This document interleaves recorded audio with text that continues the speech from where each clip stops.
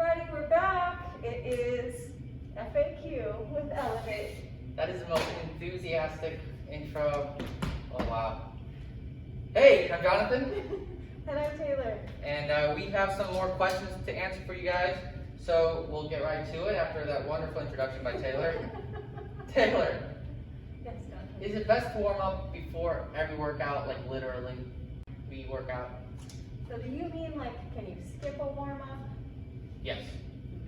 Yeah, we do see people do that a lot, right? We'll see people they'll come in, walk right through the door, and just toss two 45-pound plates on the Smith machine and just start busting out some bench press, which, may be a warm-up for some people, but for most of us, that's gonna be a bit aggressive. So in short, my answer is yes, you should always do a warm-up. What your warm-up is up to you, right? The idea is just in the name. It's just literally getting your body temperature up, starting to get your body moving. So some people are going to take different approaches. Some people will hop on a treadmill, or if it's nice enough or you're brave enough, go outside and take a walk. Whatever you want to do. If you're coming into the building, you can use your commute on a bike or a bit of a walk as your warm-up, and then you can get into the workout, or you can take a look at some of our mobility videos and use those for warm-ups, because we do offer those not only as standalone, but as warm-ups and cool-downs. So whatever gets you kind of in the zone mentally, as well as gets you feeling good, gets your blood flowing physically, is going to be a good warm-up. Yeah, and I'll add to that. Just, I think static stretching is starting to go away as more and more research is showing its effects on performance in terms of workout performance. So I guess to your point, something that's active and mobile, being more dynamic in your movements, just to get the blood flow throughout the body. Not necessarily like doing your traditional static stretching that our moms and dads. Yeah, that's a thing of the past. I mean, static stretching has its place, don't get me wrong. Maybe not the most efficient thing, but some people like how it feels. I would say that can be more of a standalone in terms of more of a yoga context on a recovery day, or as a cool down. Although again, my personal favorite cool down is just more cardio. It's just a slight, low, steady state cardio. Ease your way out from the workout and into your day. All right. So Jonathan, Yes, Taylor. just wondering, can you turn fat into muscle? No, you can't. Expand. Yeah.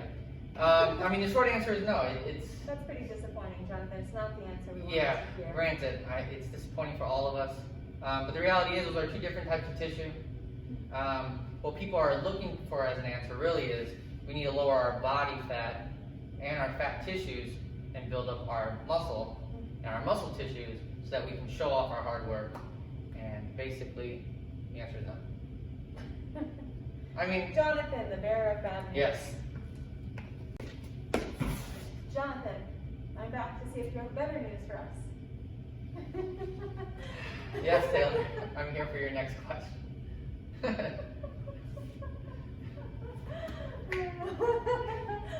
So unamused.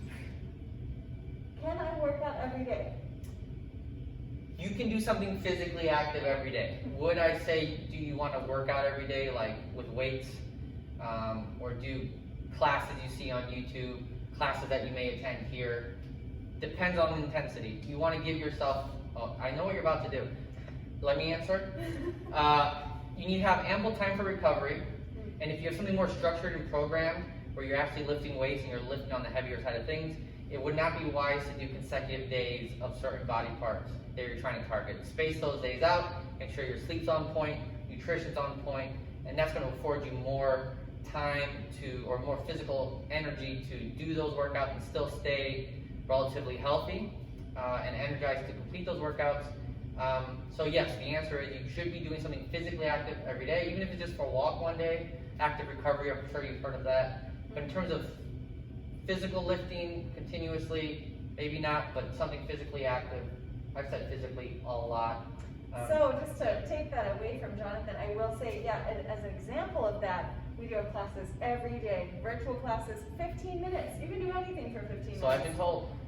So we have ab blasts with Jonathan Monday through Thursday, and mobility with me Monday through Friday. So you can alternate. Perfect example.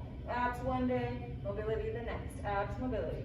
You're getting everything in. And like Jonathan said, I will piggyback off of that. We're going to get into the next question that speaks to recovery as well. But sometimes it is gonna actually be better for you in the big picture to sleep an extra hour and miss a workout one day if you're listening to your body and you're listening to its cues, kind of depending, right? Because we've talked a little bit about this before, but stress is cumulative. So even though exercise is a positive stress, your body, if it's already overstressed with work and daily life and everything that's going on socially, it can be a little bit too much. So it's listening to your body, that's what this is, and it's not looking short term, it's seeing the big picture and then adjusting accordingly.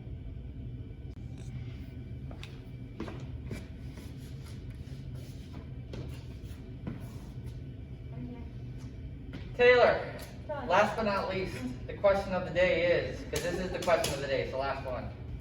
What's up with heart rate training?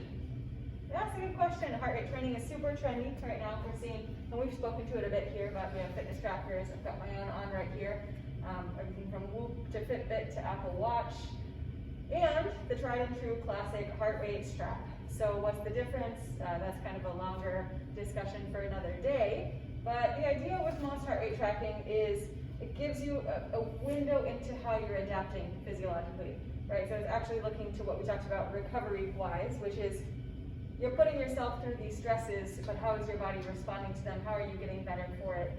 And what's your overall picture of health? So looking at your heart rate tells us how hard your heart has to work to do the things that you're putting yourself through. You should see that becoming a little bit easier for you with the same stimulus over time. The way that I like to work with heart rate training most is with my cardio. So I literally use a chest rep when I'm doing my treadmill or my biking to make sure that I stay in the zone of heart rate that I want. And again, that's a lengthier conversation, but I want to be more specific with my cardio, just like I would be with my weight training. So when I come in to lift weights, I don't just choose a random dumbbell and start lifting it, right? It's part of a bigger plan. Same thing would go for cardio. I want to be working within certain heart rate zones so that I know it's all building into something that makes sense and isn't so random. And it helps you to see, can you get your heart rate up, which means that you're working hard, but can you also bring it back down, which means your body knows how to adapt quickly, and that will show that you're going to get more benefit from what you do. Now, I hate to be the bearer of bad news, but a lot of people I see in clubs I've been at, they end up just grabbing weights and just lifting. So what would you say to the person who is not as disciplined in the way that we talk about and just wants to go in there and just want to crank out weight? How do they apply that kind of philosophy to heart rate training? I don't know that I believe it's a matter of discipline as much as it's just preparedness. And you might say that those are the same. No, touche. But I would say that even if you don't have the discipline, even if you don't have the training or the discipline, whatever you're going to call it, to create your own plan, there are plenty of people out there who do it for you, and it doesn't have to be the most expensive program. I mean, there's everything available, but people will provide pretty good, at least baseline strategic programs that are founded in, in science and tried and true. And so you can find something no matter what your budget. YouTube is a library of these things. Now, granted, we're not vouching for anyone. I'm not going to get into anything specific, but I'm just saying there is so much information out there, and Sure. It's never a matter of lack of information. It's just a matter of lack of preparedness. So taking a plan, trying it out. I tend to work better when I have that structure, because otherwise I get distracted, and from one day to the next I have different inclinations. I don't feel like doing pull-ups one day, and then I don't feel like doing squats another. So if I'm on a plan, then I'm going to do the stuff that I might not enjoy doing as much, but that is going to help me more than just always doing the stuff that feels good or whatever I feel like that day. And this is going to become more long-winded, but part of the things that impact what we do, depending on the time of day that you're working out, depending on the demands of your day, we all go through decision fatigue, right? So a lot of us are exposed to different stimuli. We have to make a number of decisions throughout the day, which is why people have a harder time at night sticking to a diet, usually because they've been so exhausted, they've used up all of their decision-making capacity during the day, and if they don't have food made, they'll end up just ordering out, or they'll just eat whatever they have in the fridge, in the cabinet, because it's easiest. So that can be applied, same thing to the exercise program as well.